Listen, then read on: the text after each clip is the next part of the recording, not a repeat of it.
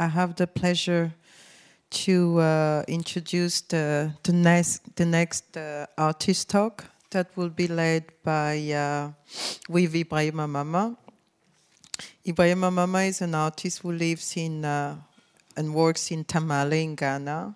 He creates spaces of social intervention where the boundary between artistic antagonism and civil participation are rethought. In its physical manifestation, the artist's exploratory practice involves marketplaces, abandoned railways, bridges, and other normalized environments frequented by inhabitants. His work has been installed in Kumasi and Accra and at KNUST Museum in Ghana. Ibrahim's work is presented here at the fair with a Palazzo Gallery, which is in the West Wing. It is a great pleasure to have Ibrahim Mahama presenting his work here. I personally came across his work only recently, and I was immediately drawn to it, about its physicality, even its smell, olfactory element about it. And I'm very happy that Ibrahim Mahama, I'm sorry, why am I always saying Mama? Because there is a thing about Mama about it. Ibrahim Mahama will be talking to Osei Bonsu. Osei was, among many things, the master of ceremony of Forum. Now he is on stage himself, and was a project assistant to the whole educational program that I run here at the fair. He is also, beyond that, an independent curator and writer based around London. He contributes to a number of journals, amongst which, very importantly, NKA, the Journal of Contemporary African Art, the New African Art and Art Review. He's currently working on a catalogue essay for the Milan Expo's Art and Food exhibition, curated by Germano Celan, as well as other artist-focused projects, namely an extensive series of interviews. He is the co-author of Art of Bounds, an artist book produced in collaboration with Ibrahim Mahama that will be published by One Star Press in December 2014. It is a great pleasure to have both of you discuss, and because it is, you have you have developed over the past few months, years maybe, a very intimate curator-artist relationship that I think it's very insightful for all of us. So have a nice talk.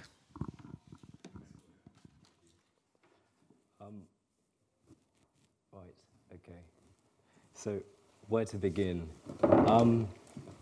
I guess what's interesting, because Koyo mentioned this intensive relationship that Ibrahim and I have been having, I'd say for months. No, it's been over a year. So I think the first and probably most important thing to mention was the first encounter with his work. I, like many other people who get to experience Ibrahim's work, will namely have associated his practice with photography. Actually, Ibrahim wasn't necessarily a photographer when we met, but rather, I guess you could say, an installation artist, or rather an artist dealing with public space. You're about to see, I think, some 20 images that represent those installations in situ, but they are not the artworks themselves. And I think the complexity of that representation is something we can talk about later. But as a kind of starting point, and I really want you to absorb the image that's on the screen, we could talk about the process and context of the work. For anyone who's never been to Ghana, perhaps never been to Accra, has no idea of the marketplaces or their social conditions, could you explain in kind of quite specific terms what it is that you do in these spaces? Yeah. What I do actually as an artist is that from the beginning I've always been very much interested in the conditions of people, whether be it social conditions or like economic conditions or anything. And those things drive me in terms of the kinds of spaces that I choose to work with, or the kind of people that I choose to dialogue with in the terms of the production of an artwork. in the beginning, I was very much drawn to making works that were very, very formalist and also very, very representational. And then as I worked more and more, I was looking for ways to develop this process.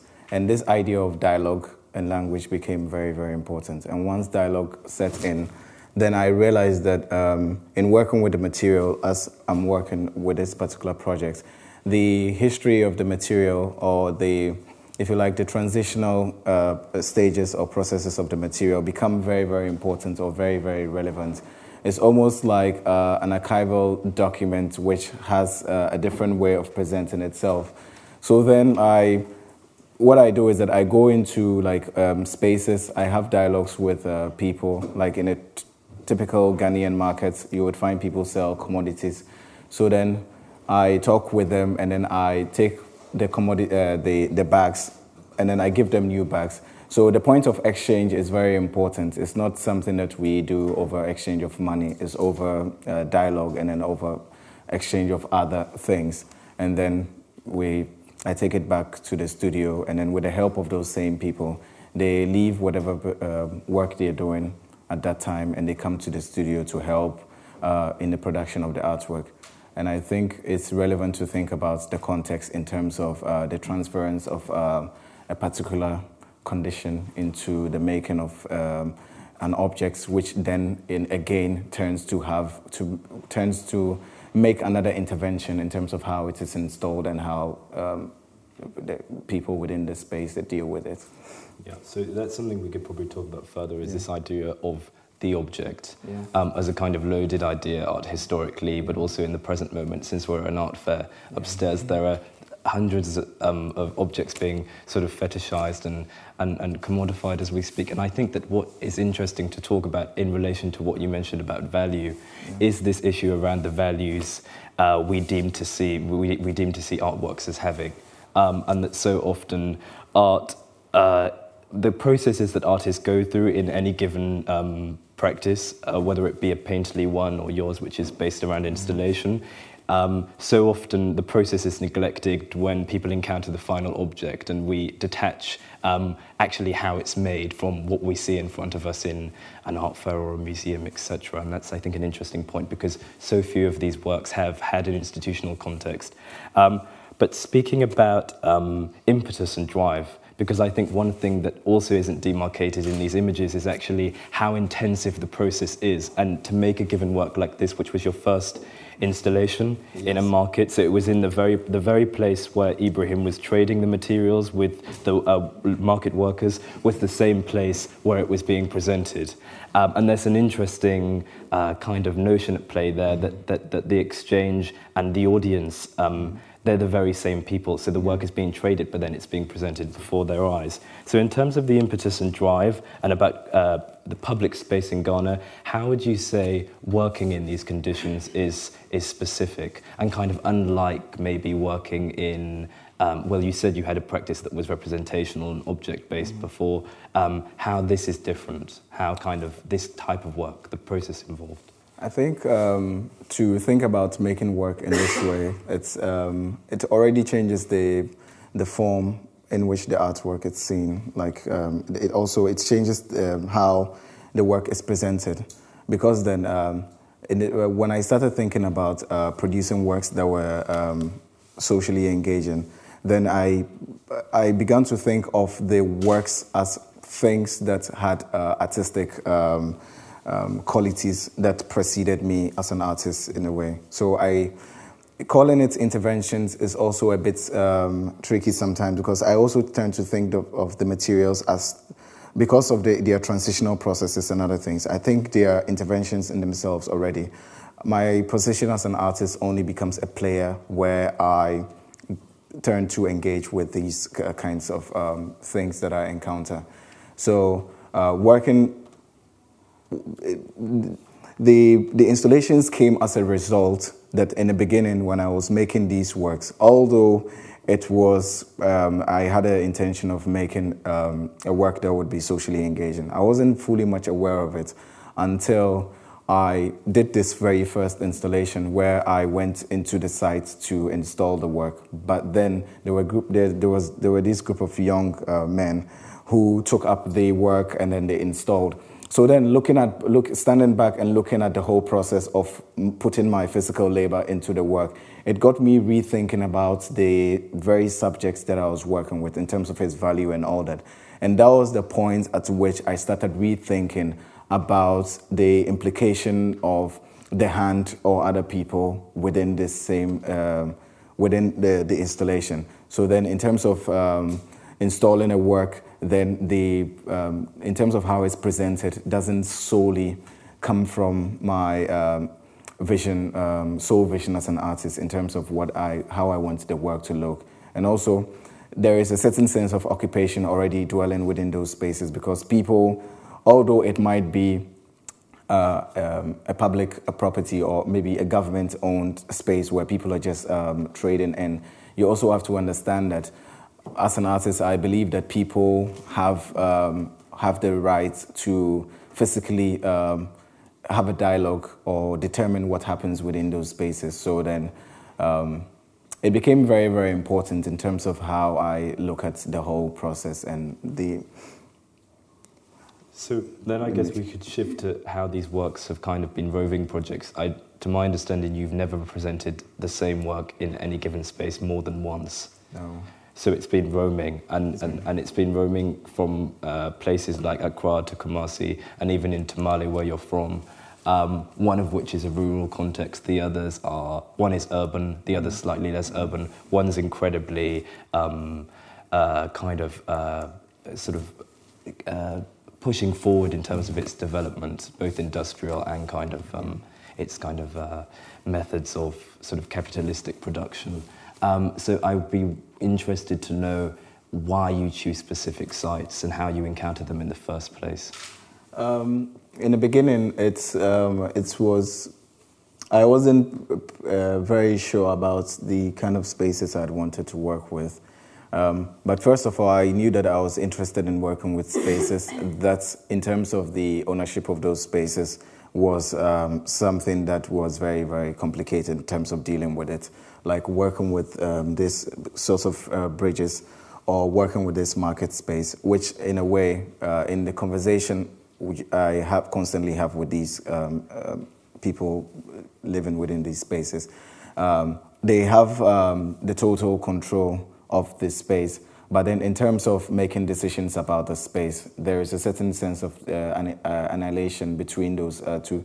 So I found it very interesting, but it was also quite contradictory in terms of how people can live within a space for a long time. But in terms of influences within the space, it's also a bit cutaway.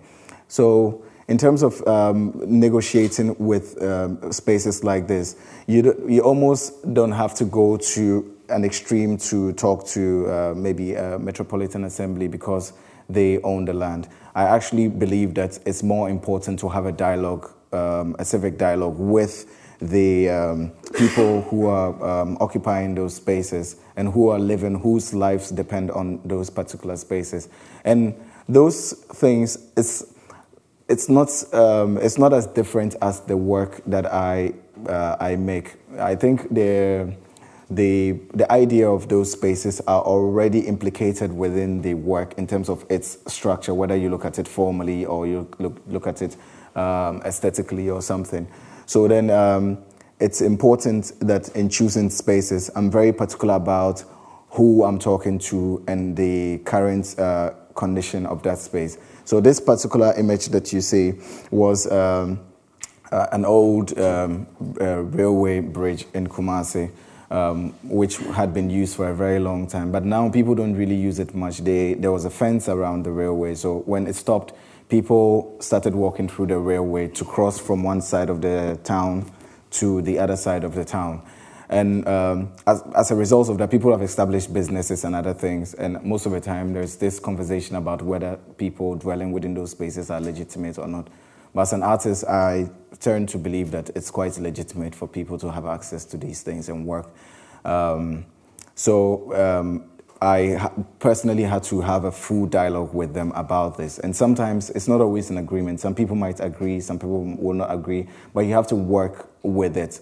And in other spaces, as you'll see as the images go by, it's more, it becomes it becomes a pool of tension where you have to seriously engage or try to convince maybe a city authority about the relevance of art within a certain cultural discourse and all that. So it's always very tricky. But then I believe that as an artist, it's the reason for making those things already is not for an aesthetic reason. It's because it's pushing a certain agenda, and I think that the agenda is something that I would like to highlight on, and that's why I push it. Yeah. And I think we can return to that concept and speak about it as it's, I think, little often spoken about in relation to, I guess, most contemporary practices, that we think about their kind of implication in a set of histories that are complex and difficult to define. And one thing that I find through working with 154, and a question that comes up often, is the extent to which artists from Africa should feel that they have the right, or in some ways be able to appropriate or be influenced by European, Anglo-American aesthetics, whatever they may be, whether they come from a conceptualism or abstraction. And the assumption is often that any kind of contemporary African practice has its roots in something that, some kind of idea that migrated from the West. And I think, while I wouldn't like to speak about the practices that we might relate to Ibrahim's art historically, I think it's worth mentioning that, you know, the birth of conceptualism really was a kind of social antagonism, and what for the majority of people who were producing conceptual art, there was a kind of very strong notion that art could do more than just be art. And I think this idea of art changing the world, or art being somewhat implicated in social discourse and in politics, really kind of belongs to that era. And I don't think it is spoken about often enough in relation to contemporary African practices, how political they actually are. And that's what it's interesting when you mention an agenda, because you're not speaking of that agenda yet, but I think maybe we could open that out about why it's important to think about this not as an aesthetic practice, but as a one that's social. And I don't think that's kind of something to be taken lightly. It's not social because it's trying, or you can correct me if I'm wrong, but because it's trying to relate to others. But I think it's social in the sense that it's trying to operate within a set of perimeters, and if that expand those perimeters to make people see that art has a place within society that exceeds perhaps its kind of traditional role. And I think that's quite a contentious thing to be doing in a context like Ghana, where painting is still the dominant medium and representational art still is the kind of dominant form of expression. So we could talk about that. So this is what I wanted to get into next, is the field of cultural production in Ghana. How would you define that landscape, and how would you define the kinds of practices you see? Maybe not the kinds of practices, but the kind of forms of artwork that are most commonly produced within Ghana. I think in Ghana we've had a very long tradition of making art that was very formalistic, and with time, for some reason, painting became very much of a dominant. So then people, in terms of thinking about art, it's a lot of people think of art still in a very hierarchical manner. A painting has to be much more favored of a medium, because once you make a painting, then you have to be very formalistic in terms of how you approach the medium and all that. But then when I spoke about the agenda within the works that I do, and why I do some of the things I do, it's also because of some of these things that really got into me as an artist in terms of trying to deal with a system or a society whereby maybe the institutional structures are not really engaging fully with all forms of artistic practices and all that. And it also becomes very political, also because in trying to produce work as an artist, I'm also thinking about my role or my position within the history of art practices within a context like Ghana, and how my practice as an artist could, in a way, become a point where it could cause a break of a chain that other people who are either of my generation or after me could think about their role as artists within the system in a different way. So then most artists now could, even if they are painting, they could think about the idea of painting or the subject of painting in a much more open sense, because it's still very difficult for people to understand painting as a language rather than a specific medium. So then not thinking about the painting in terms of subjects on a canvas or on a surface where you can only interact, but think about the language of the medium and how the artist could become very much implicated within that whole system.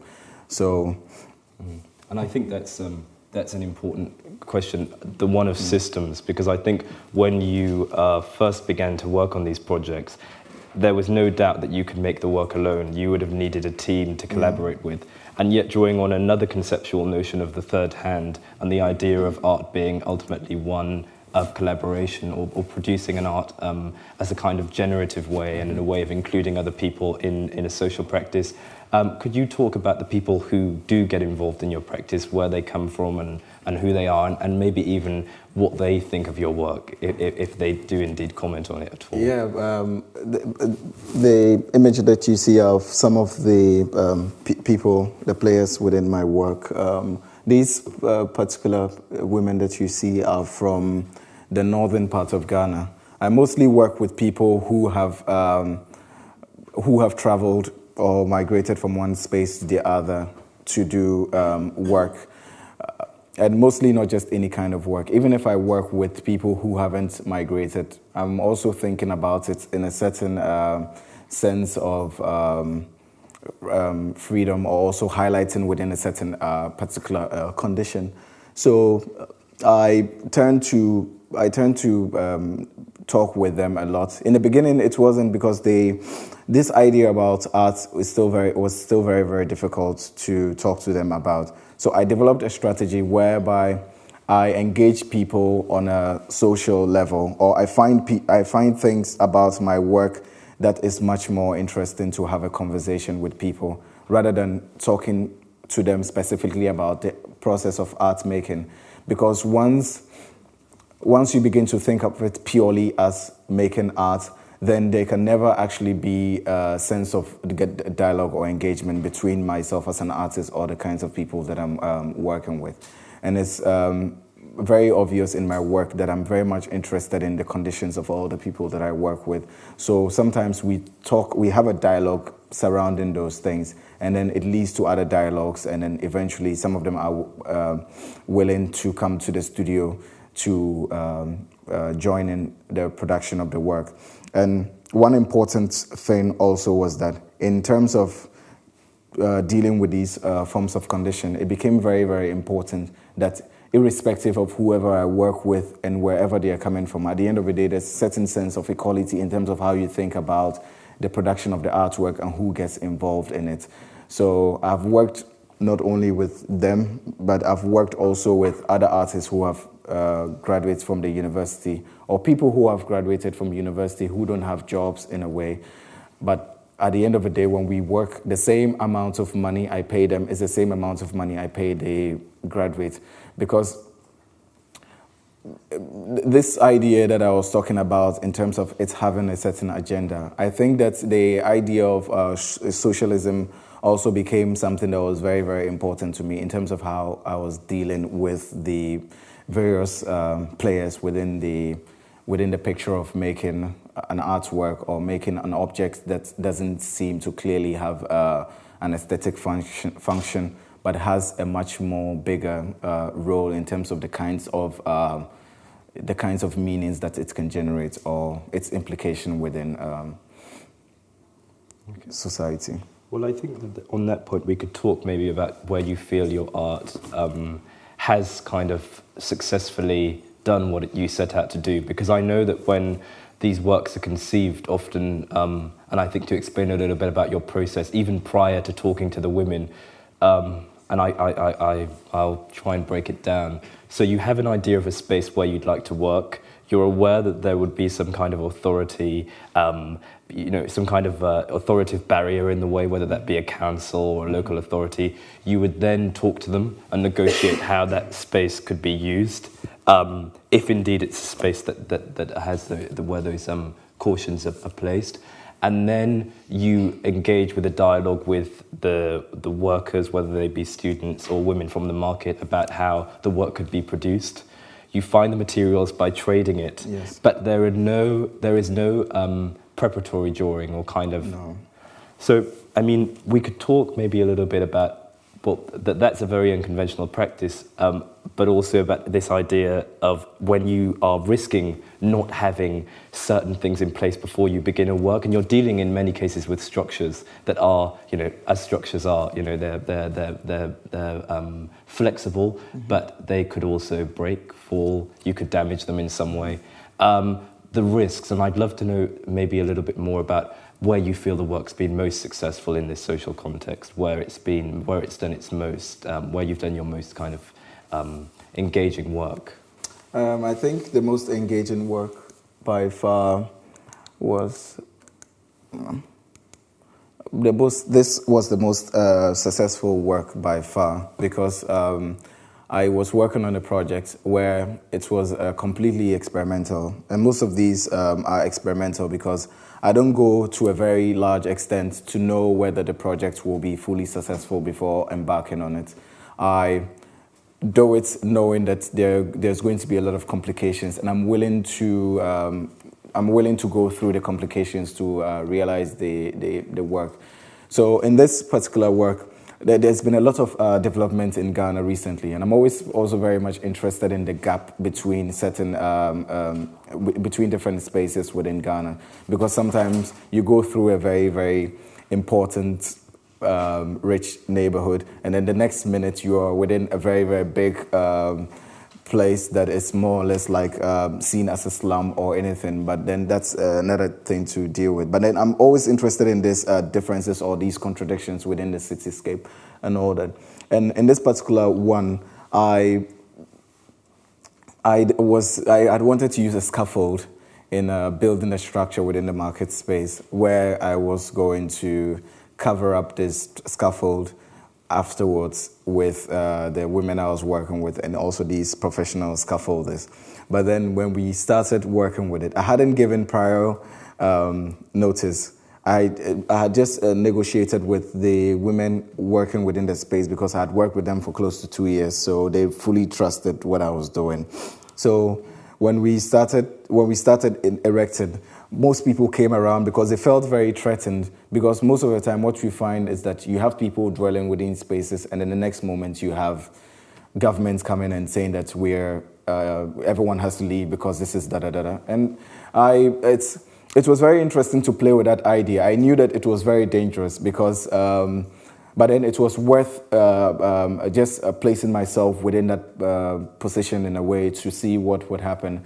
And I started erecting the scaffolding, and all of a sudden I got more attention than any other project I'd done, because people felt very threatened. They were like, why are you building the scaffold? Is there going to be a construction? Because the scaffold also represents this idea of breaking down and like redeveloping. And so that idea, I think that in thinking about the way people within the city, whether they're considered as people who are very relevant to the idea of decision-making within a larger framework, educated or not, I think that they're still a very, very relevant voice in terms of how people can contribute to the dialogue or the development of society. So then when it happened that way, everyone came around asking me to pull out the projects. But then the idea was to keep having a dialogue with them as the project was going on. And eventually they said, okay, you can do the project. But then you can't, they gave me restrictions. And out of the restrictions, a strong wind blew. It was just a technical thing. And there were people on the scaffold, and it was very dramatic. So the scaffold, I was standing there when the scaffold was coming, so I just jumped out of the picture. And there was this big chaos. So then the people in the area had like quadrupled. I'd never seen much people within an area. And then as soon as they came, we told you were going to kill someone, you were going to do something bad, And there was a guy buried in the scaffold, and I was very much afraid. I thought I was going to jail because I thought the guy was dead, but he was fine. And then I said, I said, okay, let's pause for a moment. Is he fine? He said he's fine. I said, I don't think you're fine. So let's cancel the project and let's get you to a hospital. And then we took him to a hospital. He was fine. There was no internal bleeding or anything. But the idea was that upon all, although the project failed and I took responsibility for the thing I was doing, the other thing was that because there was an extensive dialogue also, there's always a lot of respect within the process of making the work. And I think the integrity of building, making a project or working on something, even ordinarily, is very, very important to an extent that even after the disaster happened, they were still willing. They asked me, do you want us to start all over again? You can do it all over again. Even when the disaster happened, they were willing to take the risk again. Myself as an artist, I became very skeptical whether I had wanted to push on the projects again. But then they said, no, you shouldn't, things like this happen all the time. We understand.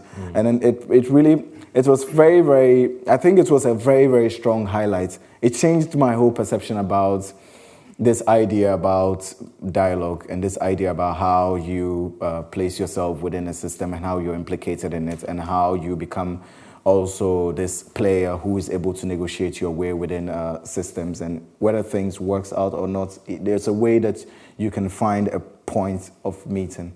But I think it may also be a kind of good example or kind of a lesson of how your biggest successes could ultimately be your failures. And I think that's something that maybe isn't talked about enough in relation to artistic practices, that there's a lot of failure involved. But you fail in public, which is quite different. So I really wanted to move on to this project because it's immediately, I mean, visually quite different from the others. And it was one that it took a long time for me to adjust to because it was so visual. So maybe I'll introduce the project in some ways. There's a festival in Ghana which is a kind of interdisciplinary music and culture festival called Chaliwote. Chaliwote is a festival that invites numerous artists, musicians, actors, journalists to kind of celebrate Ghanaian vitality and to it's a Pan-African event, right? So they invite people from outside of Ghana to be involved. And it's been seen as incredibly central over the last 4 years, really, because with the exception of a handful of institutions, it's one of the few spaces where artists can show work, and what's so significant is it provides the artists to show performative work, installation work that's being done outdoors. So for an artist like Ibrahim, it's obviously, I imagine it's provided a great opportunity, but maybe if you could talk about the audience it's given your work and what's going on in this specific image. Last year when I was out of school doing the MFA, They approached me about doing a project for Chaliwote. That was 2013, and I felt that was interesting. We had a project with the Asherfort, it was the James Fort prison in Jamestown, where the festival mainly happens. And then I had the chance to make an intervention within the prison, the facade of the prison. And it got quite an attention because it was in the main streets, and everyone who saw the work didn't quite understand what was going on. But then what tends to happen is that we always turn to think that, art or the idea about art is so much removed from certain contexts or certain spaces in such a way that why would you present work within a public context, let's say within Ghana, because people don't care enough about art or they don't understand the language of art. But I think that it's a question of whether artists are willing to push their ideas about their work, because then if we constantly make work that are very, very formalistic or very traditional, we are also aware that those works could only be presented within certain spaces or certain contexts.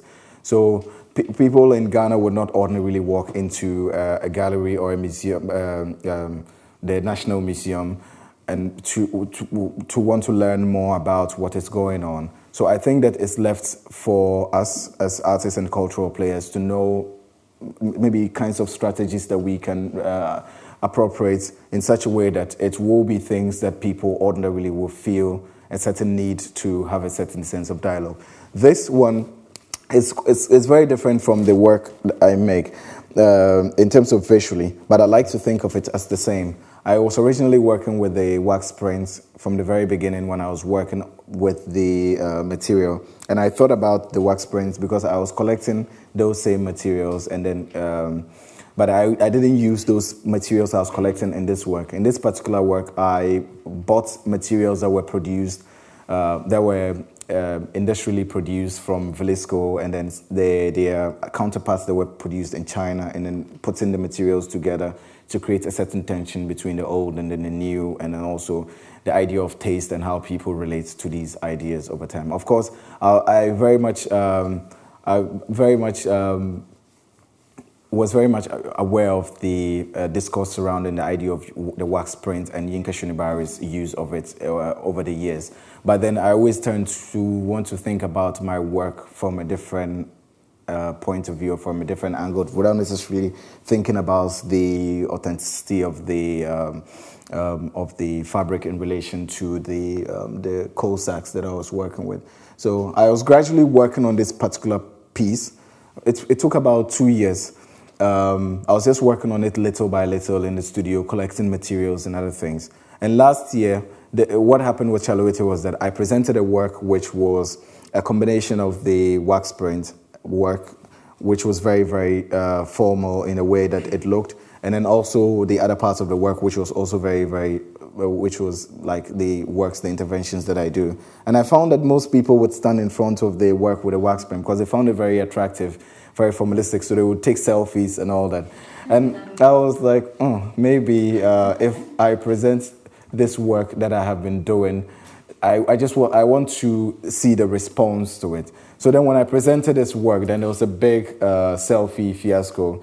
Everyone, so this idea about people looking at the work in terms of the various relationships between the work and the space was a bit lost in this project. And for me personally as an artist, although by far it was the most successful in terms of having audiences come, interact, touch the work, because people would wrap themselves up in the work. And the other works, people would never even go close to it.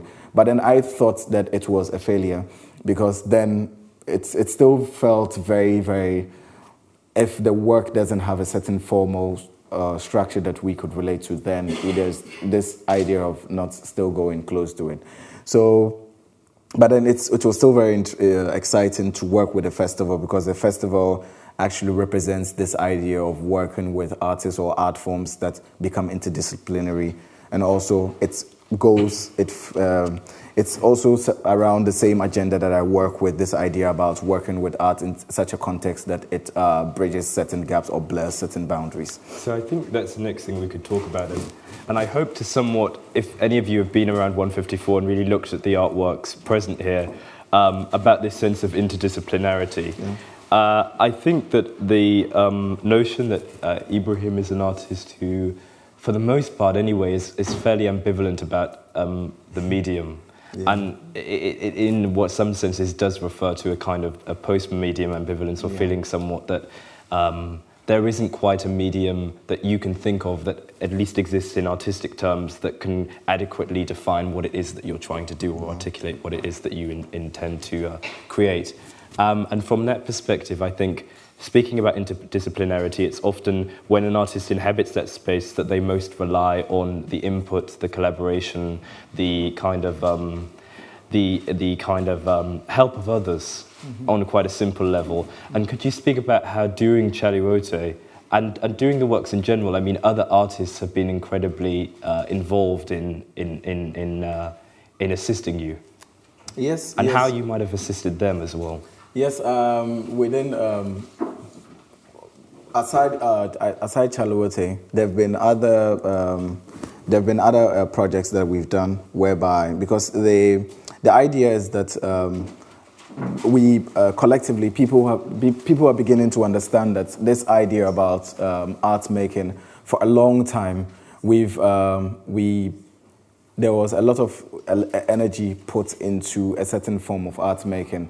And this idea of exclusion and this exclusivity and all that through just working with an object or something which is then shown within a certain space, it becomes very, very limited in a way. And people are beginning to understand, like younger generation are beginning to understand that this idea of exclusivity and then the things becoming very, very limited is quite problematic. So then when we have projects, when I have a project and I talk to other artists about assisting in it, they understand that in the longer term, it's collectively we can think about it as not in one way as a collaboration, in one way as an agenda in terms of how an artist can think about himself as someone who is part of a system who is trying to engage, and also not trying to engage, but also trying to become very, very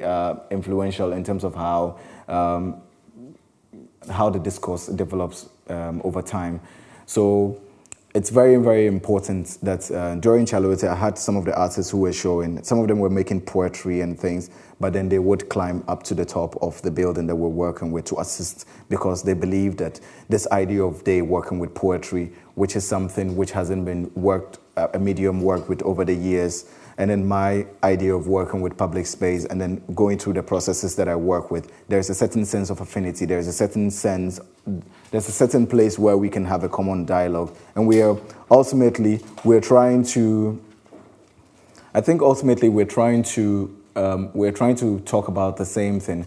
It's just that it happens within different, it happens in different ways. Mm-hmm. And then we have to come to, once we've come to that realization, then it's... So maybe I think before we open it out to questions, one of the last things I think would be useful to discuss is that how these images all come from a book we've been working on called Out of Bounds, which is really a kind of an artist book, or a sort of, it's a kind of curatorial endeavor to some extent, because what it's dealing with is how to represent public space in book form and how to deal with the complexity of indirect access that we're all too aware of when it comes to these works, because very few people will get to experience them in person.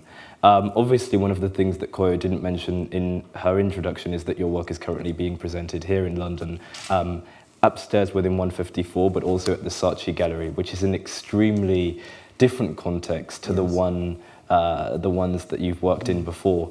I'd like if you could kind of open up about how that experience was and in fact how different it was from presenting work in these contexts.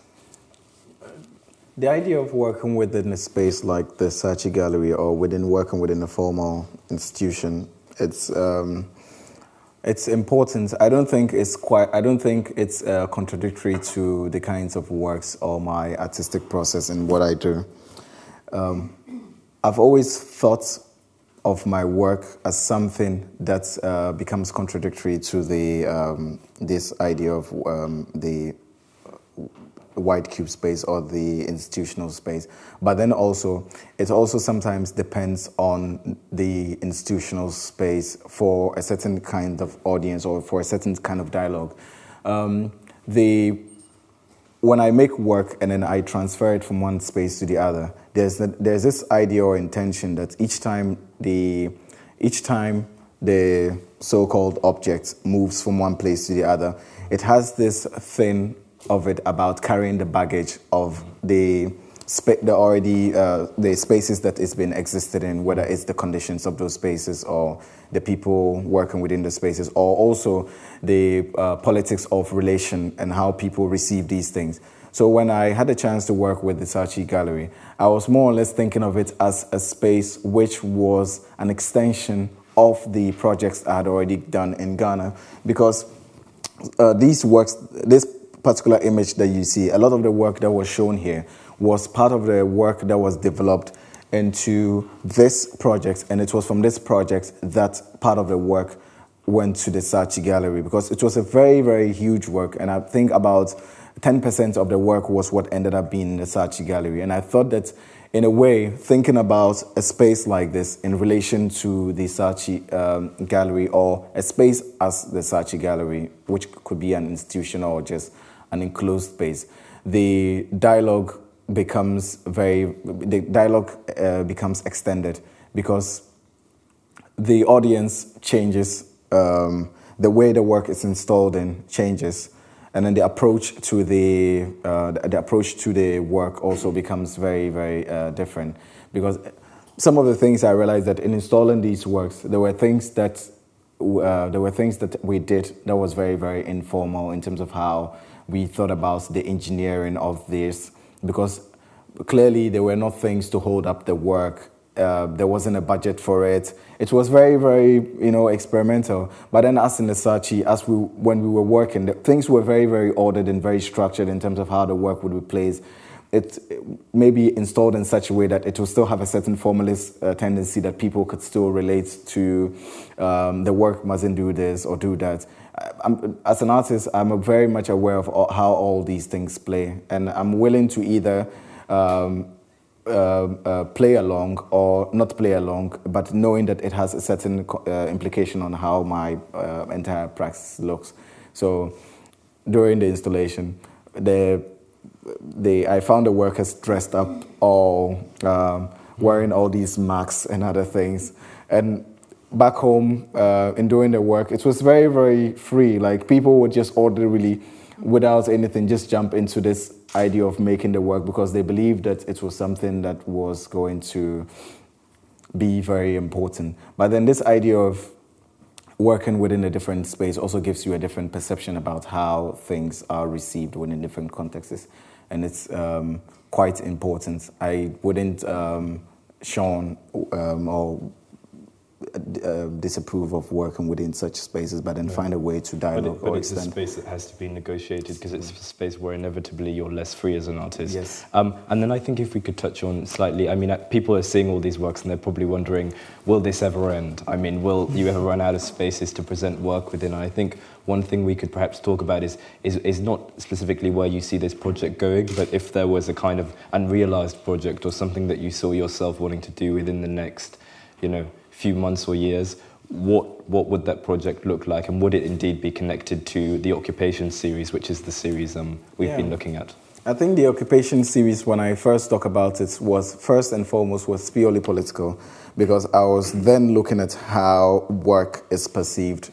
And the work of the artist Santiago Sierra is also very important in terms of how he deals with this subject matter, and how he works with different people, and how people migrate from one space to the other, and the various conditions surrounding these things.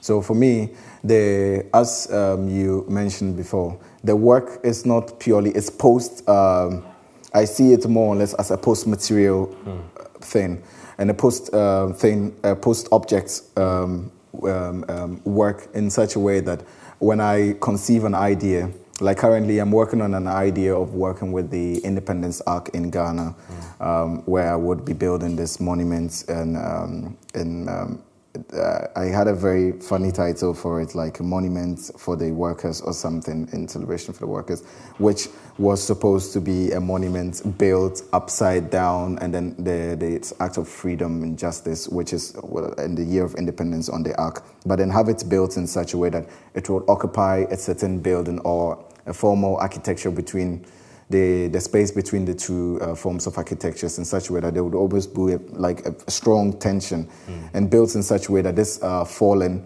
or this ridiculed monument becomes larger than the architecture, which also has its own connotations and all that.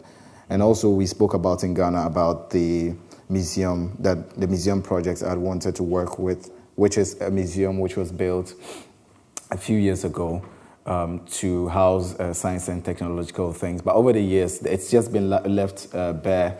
So you have squatters living within this space. But I'm interested in working within this space and not taking the people out of the context of the space, but then just presenting an artwork or an intervention within the space in such a way that both the people living within the space and the objects that are presented in the space have a certain sense of dialogue. Sometimes it's very, very contradictory, or as an artist, you might not fully have control. But I like this idea that you lose control over it, and it forms, it builds its own language. So at that point, we're going to open out to questions. I could just ask that you wait for a microphone. They're coming. Yeah.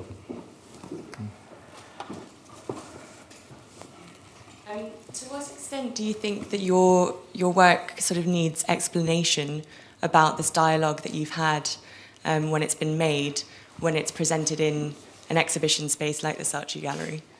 I think that it's important for, because as an artist you will always never be present to talk about what drives the making of your work. But I always make it a point to talk about the basis of my work. And I think that in presenting it in a context like the Saatchi or an institution, already there's a formal structure in terms of a catalog or in terms of a write-up. So I think that the voice of the artist, of course, there'll always be many forms of interpretations from different kinds of audiences and how they receive these things. But then the catalog and other things become this way of reading the meaning, or directing the reading of the meaning into the work. In the other spaces that I work with, like these spaces, it is not done as an artwork. It's done more or less as an intervention. So you wouldn't find me doing an exhibition poster or talking to people and saying, I have an exhibition. It takes a long time to make, but then when the work happens, it just happens, and then it goes off without any notice. So they are totally two different things. But then I understand once it's presented within the Saatchi, all these things about formalism, like presenting, writing a catalog, writing an essay and other things, presents insights into reading the work within the context. Yeah.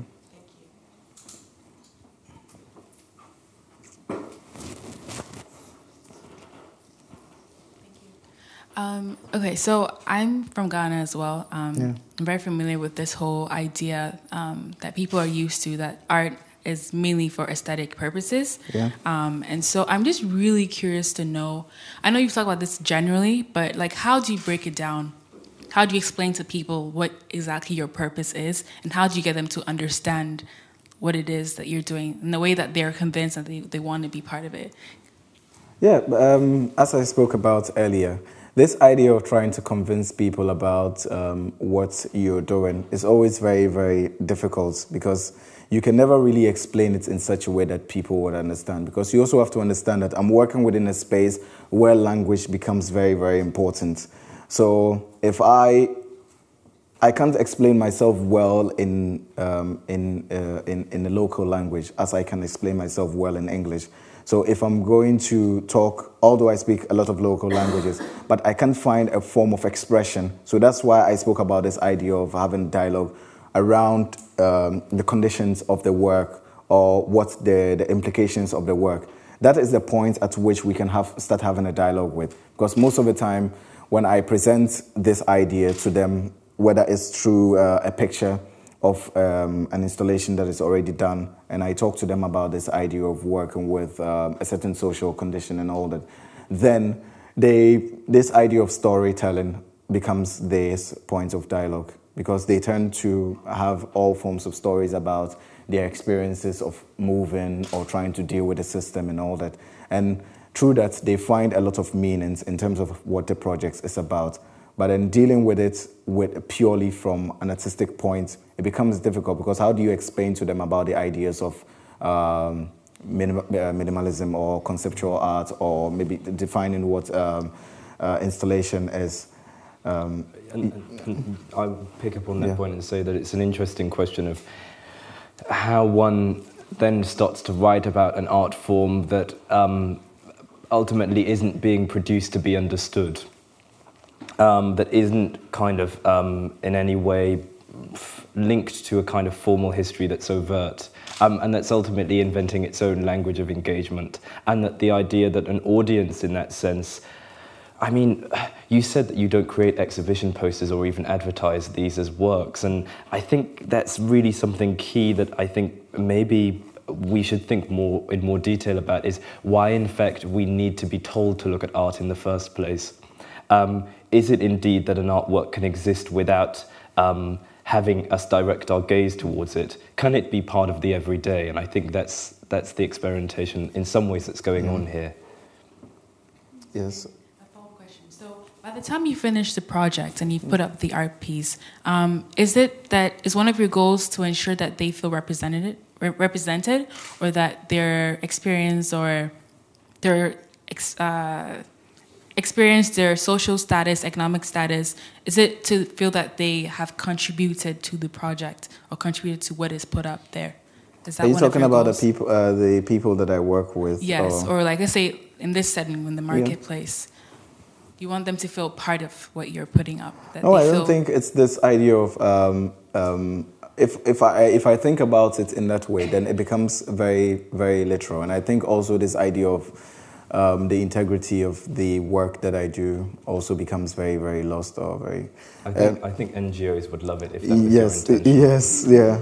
But for me, I tend to think that I tend to take my work very seriously, and I tend to think that it's very serious in terms of how I approach it, and in terms of installing and also having different forms of engagement with people. Sometimes it turns not to be very serious because you can't be over serious with everything. You have to find a way to deal with things, and it's not necessarily to, as you asked, to show that they've contributed to it or all that. This idea of contribution also becomes very something to look at, because that's what we do. I always have problems when I wake up in the morning and I take a newspaper and I open up a paper and then there is the picture of the president and it's cutting a sword or saying, "Oh, we've donated," or "We've done da da da da." I'm like, the world doesn't need to know it. It's fundamental. It needs to happen, and it's a purely NGO mentality to me. So I'm much more interested in that. I'm much more interested in the dialogue that happens and not this idea of celebration or trying to make a formal or a direct implication. No. Okay. Hello, my name is Solveig Ovesen. Hey. I had a question in relation to both the understanding of the work here and to this idea that it seems like a big monument for also manual labor. I don't know what you think about that. And also I walked into Saatchi this morning, and I think that's a message that is somehow clear and full of a lot of aura here, because a lot of the audience here will be quite far away from this needle with the thread. What's your opinion about that? And yes, also monumental part. Yeah, this idea of manual or labor implicated in the work, I think it's one of the fundamental ideas or issues in my work. Sometimes when I do talk about my work and I talk about the processes and all that, I kind of hope that the idea of labor is something very strong, but I don't talk about it directly in terms of how I articulate my work. But then it's very, very important that this idea of, because what happens is that with this particular material, it's industrially produced. So when I have it, what I have to do is that I have to go through a process of destroying that, to break the chain of the industry, and then put it together by the hand gradually. And I think it's in a way of commenting on how labor is exploited in a general or in a much more global context, because then it's important that whatever work I make, although it might be specific to maybe a geographical context or within a specific context, but then its implication is much more greater in terms of how we view the world, in terms of how people move from one space to the other to extend their livelihoods and all that. But what I like is the idea that the work isn't an illustration of labor. So it's not as though you're trying to say that, the way in which the work holds itself or kind of situates itself in public space isn't a monument to the labor of these women. I think has more to do with this idea that process. You know, what we talked about at the very beginning, the idea that you'd begin a process that was social, Yes. and not necessarily concerned too much about the aesthetic, Yeah. but much more concerned with the idea of how society may be useful in the creation of an artwork. It's the very production that is about labour, but the labour isn't a theme in the work.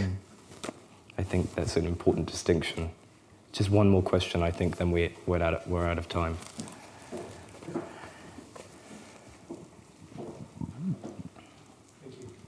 Hi, Paul Davis. Wanted to ask you about the duration of the installation or interventions, as you call them.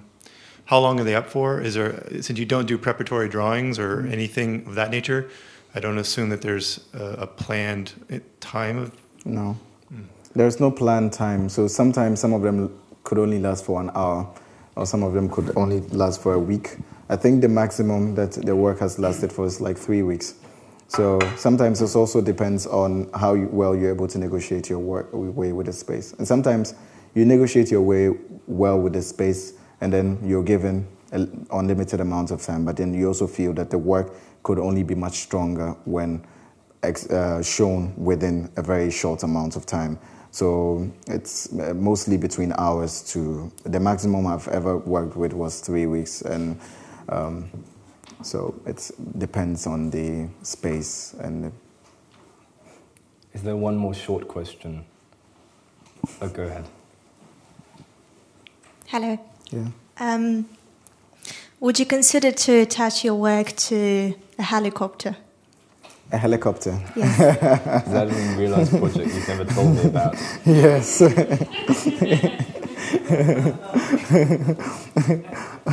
But what...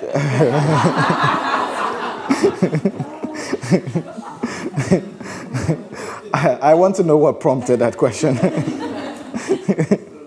I was absolutely serious because it was interesting to me. How much does it mean for you to choose a certain location, and is it necessary for you to find a certain place where your work will be lying down?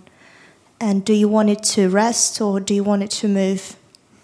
I think this idea of position, whether it is stationary or it is static, or whether it is on the floor or it is on the wall, also comes down to this idea of negotiating.